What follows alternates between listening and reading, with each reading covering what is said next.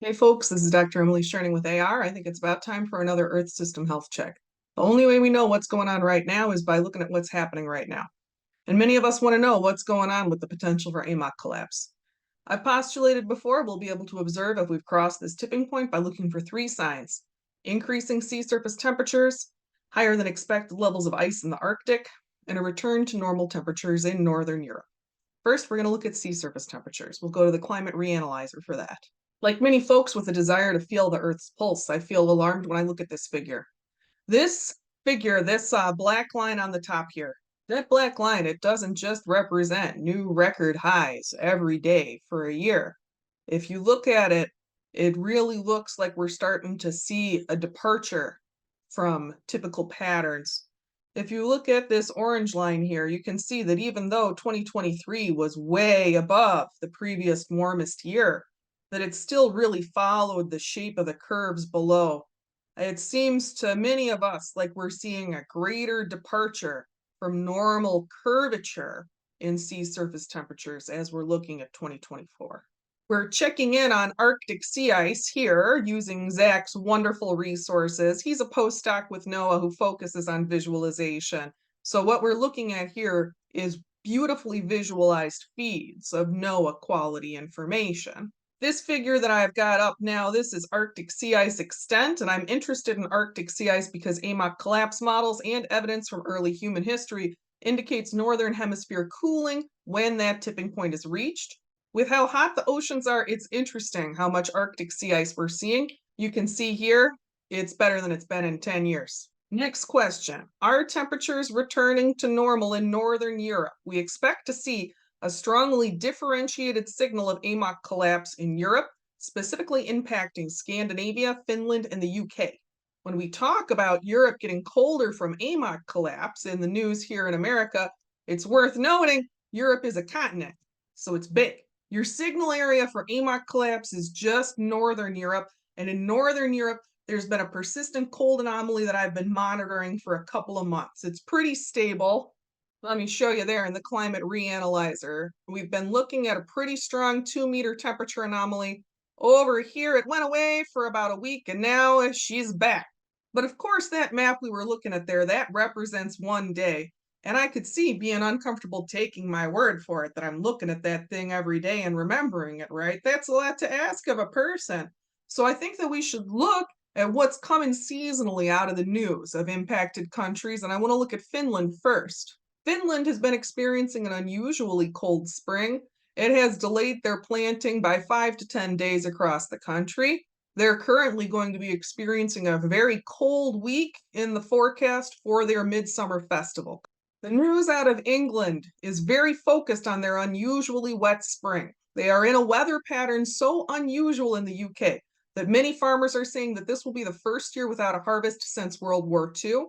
And this is not fringe news, this is in the Telegraph. The Telegraph is not fringe news. That's considered a quality UK newspaper. You can see it's the UK news website of the year. Tends to lean kind of conservative and finance heavy. The Telegraph running a headline like this is serious business.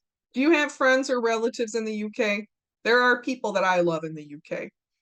They teach about AMOC collapse in schools there, is what my friends who grew up there tell me, because it is thought, both from our understanding of Earth's climate and deep human history and from our modeling of the future, that the UK will be tremendously impacted by AMOC collapse.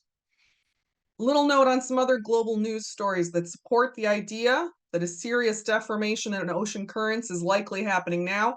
You've probably heard about the very serious flooding happening in Brazil. I want to note that it's not just information from Europe that supports the idea that something very serious is happening right now. You've probably heard about the very serious flooding in Brazil. You can see there's a wide variety of news reporting on this. Looking at where that's happening in South America, it's right around here. Looking in this paper about projections for increased precipitation in nature climate change, we can see that that is an area where we would expect a fast, hard signal of increased precipitation in the event of AMOC collapse. But we need to remember that we are in a complex situation here. Many people associate AMOC collapse with northern hemisphere cooling, and that is a long-term trend we expect. But this terrible heat that is happening now in Southeast Asia is important evidence that we are also still in a continued warming model. This is not an either or situation that we're in here, folks. We are facing multiple threats. I'd love to be proven wrong about this AMOC stuff. There's a lot of signals I see here. They're coming together. I got to call it like I see it. I'd love to be proven wrong. Believe me, I'd be delighted if everything was going to turn out fine here. But I think this is compelling evidence that we've hit something serious, that we're at a moment where the patterns changed.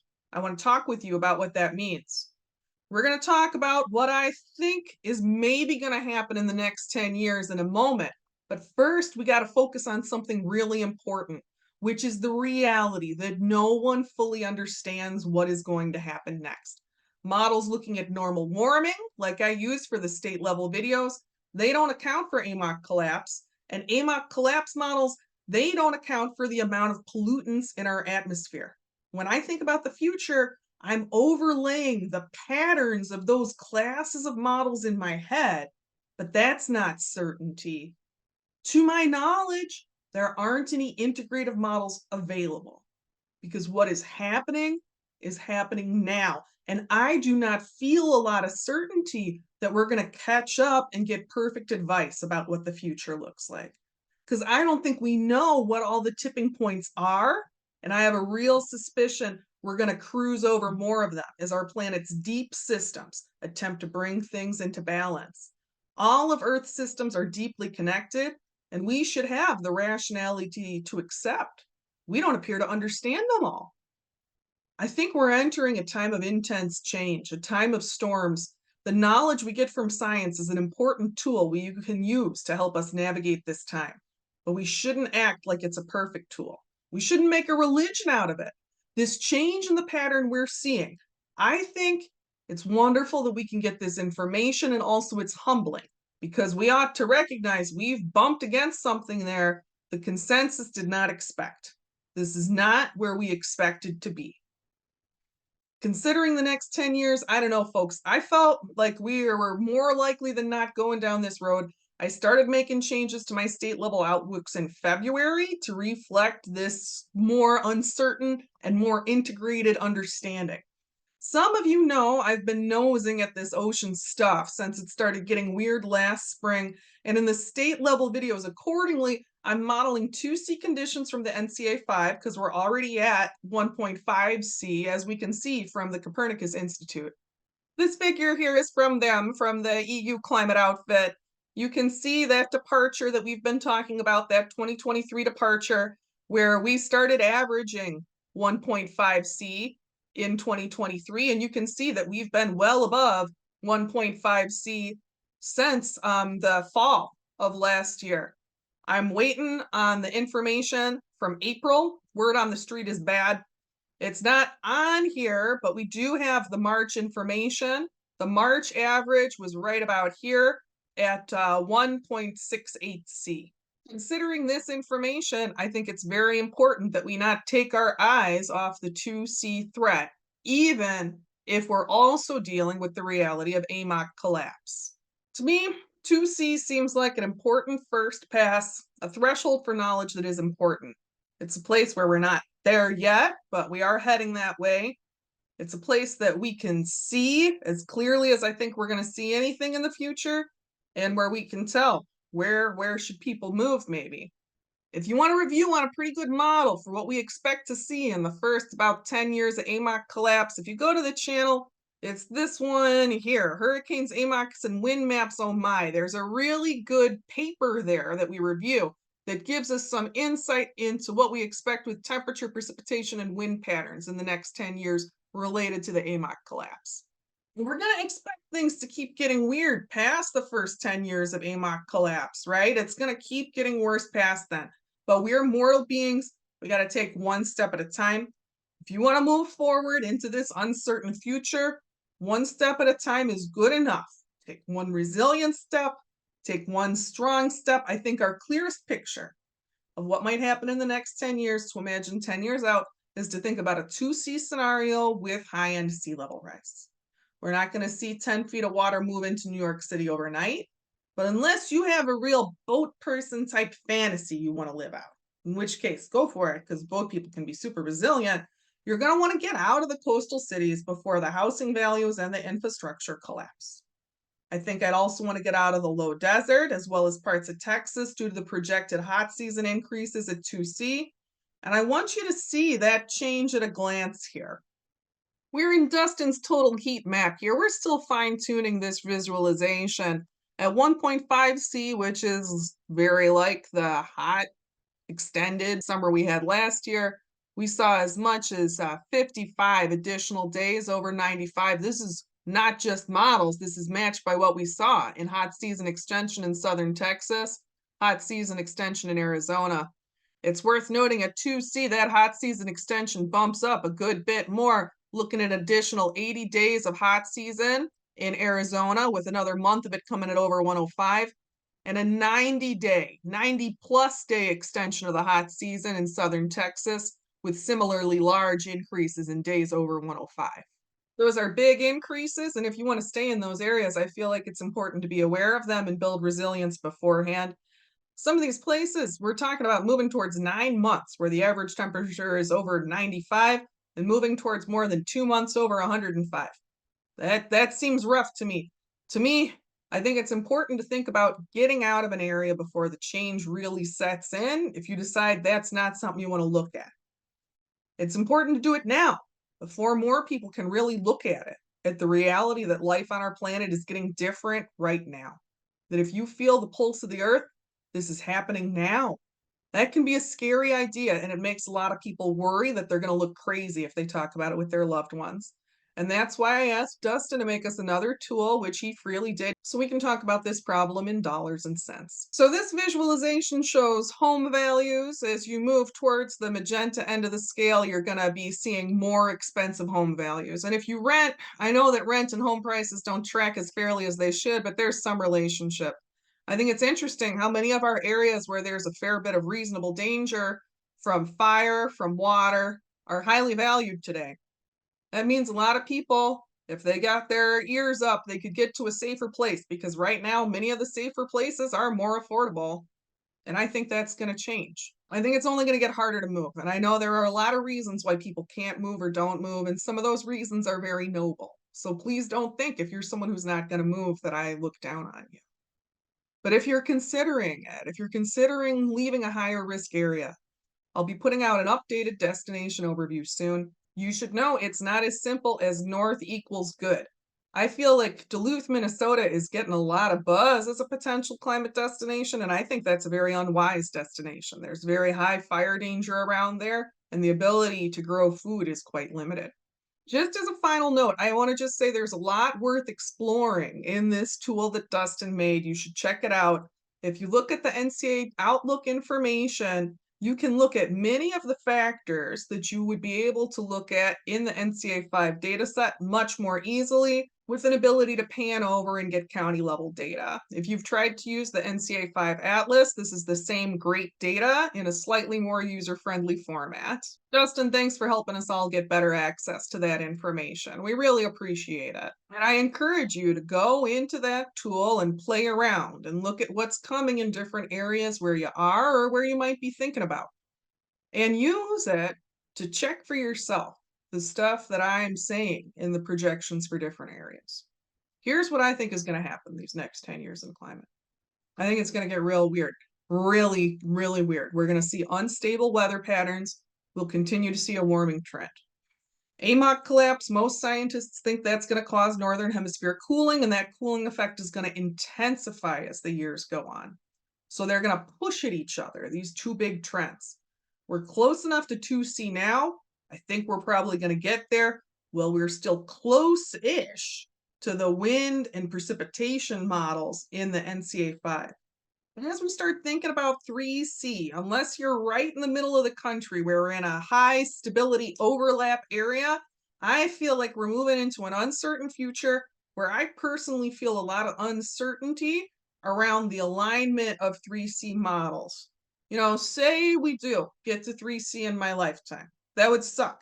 I don't think we're going to go there for sure, but it's in the range of possibility. If we get to 3C, particularly in coastal regions and in other areas where we expect a big wind shift due to AMOC collapse, I don't know that the weather and precipitation patterns the NCA5 is predicting for 3C would be likely to hold. My certainty around those correlating levels of factors, that's low, that they're all going to keep holding together as we move much past the 2C prediction. I think the 2C is the only one that's close enough. I think as we get out further into time, we're going to be looking at really quite different weather patterns. And it's worth noting that those look most stable inland towards the center of North America. Looking at some literature to back up what I'm saying, you can see we're starting to catch sort of the top of the northern Midwest early on in a pattern change in years 1 through 10.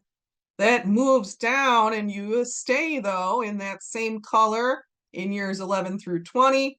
Same story at 21 through 30 and 31 through 40. There's change all around. And look at Europe, how much worse it gets. And look at the level of intensified hurricane activity we expect to see in the Gulf. That's serious what we're looking at here. It's very serious. But that is some relative stability, particularly in the northern Midwest. I'm also interested, I gotta say, looks like a rough transition, but I'm interested in what it's going to do to Washington. Shows potentially more precipitation heading towards Washington with AMOC collapse, and I know y'all need it. All right, it's worth repeating before I show you the danger zones. We're talking about trying to think about the future with models that haven't really been integrated. I don't know that there is any big peer-reviewed integrative work out yet. I'm sure that there are great labs working on it. We're just trying to take up a little edge of the work here. We're going to keep working on it together, do what we can, and highlight quality integrative research that has gone through peer review as it comes out. I'm going to keep looking for it. Let's pull up the map. Let's look at Dustin's price map again. Here's where there is a lot of danger, is in those purple high value coastal areas north of Massachusetts down to about Chesapeake Bay, our particular hotspot there on the northeastern seaboard. We also have a lot of danger emerging in the Gulf, particularly Florida's Gulf Coast, and western Louisiana into Texas. Some of the highest sea level rises anticipated in the Texas Gulf Coast. On the West Coast, it's worth noting that much of your topography is pretty protective against this particular danger. We don't see for most of your urban centers the same level of challenge that we see in big eastern urban centers like Boston and New York City. In the Southwest, Arizona looks really rough. I anticipate that Nevada, Utah, and much of California are also going to look rough. Although, of course, California has a wide range. And Utah, we're looking at big differences depending on our ability to change our behavior around water. Colorado's 2C outlook is going to be released this Thursday. Colorado, we got a bit of a bright spot there. If you're not in a danger zone, an area with a really severe projected hot season increase or drought trend or really serious sea level rise impacts, you should think about building resilience in place. You might notice that's a lot of America where building resilience in place is a solid option. I talk a lot about the northern Midwest as a destination area. I don't do it because it's the only place I think is going to keep going. I do it because it's the highest capacity, affordable region with a good outlook. If you want to look at my Virginia video, you can see the kind of range of good places you can find. There are beautiful pockets with good climate stability located in places you might not expect.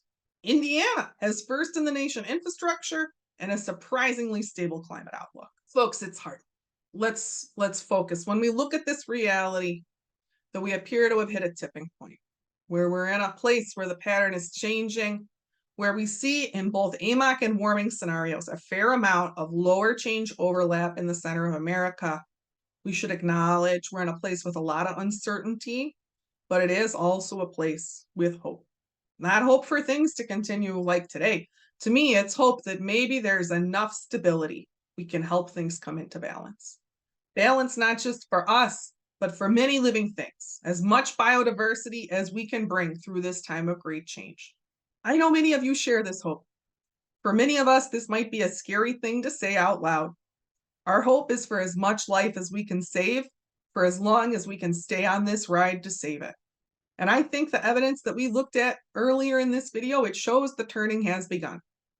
For those of us with this hope in our hearts, the hope to save what we can save, we have important work to do.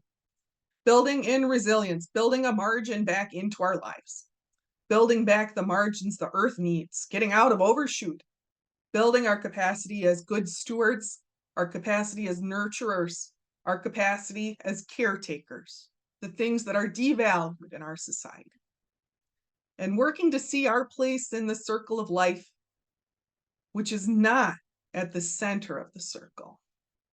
These actions are not a self-punishment. This isn't a hair shirt. These actions can be profoundly healing. One of the best ways to address the fear many of us feel about the future is to work with the land, to engage in resilience and regenerative work. For me and some of the other bottleneckers coming together here in the AR community, working with the land and connecting with nature has been and continues to be a deeply grounding and mutually healing experience. Many of us have seen with our own eyes how much life each of us can nurture, that we are not inherently agents of destruction and consumption. We are beings that can give more than we take.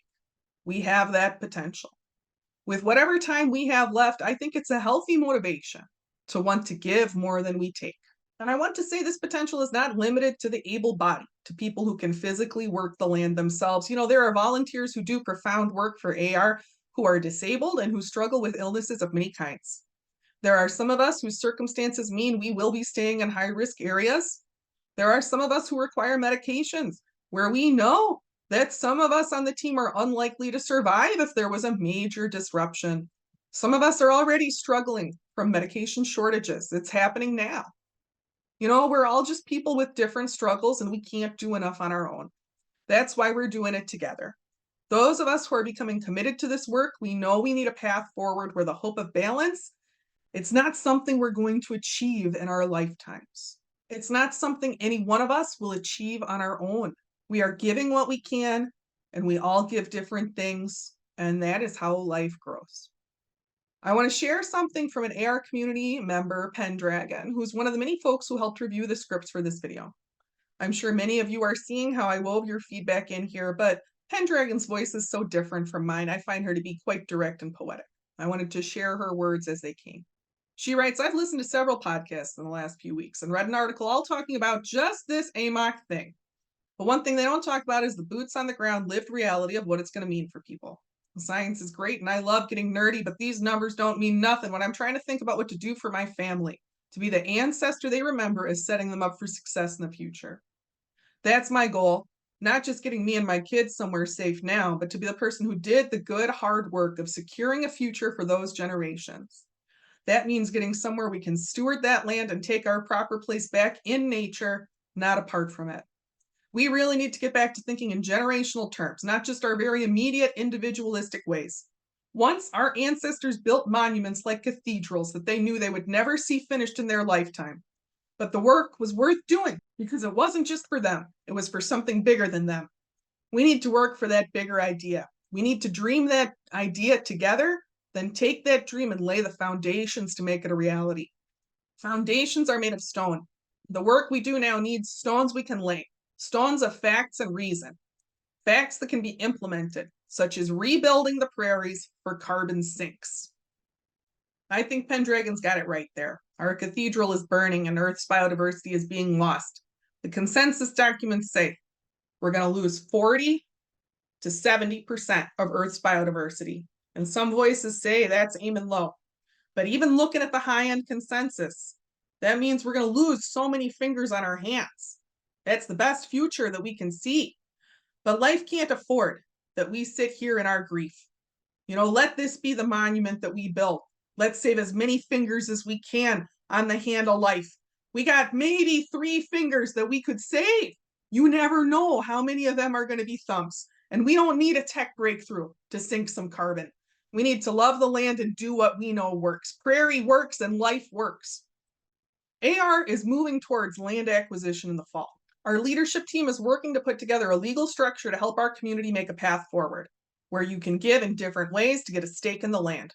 Because this project needs money, it needs time, and it needs on-the-ground skills. The right path forward, we need legal stake.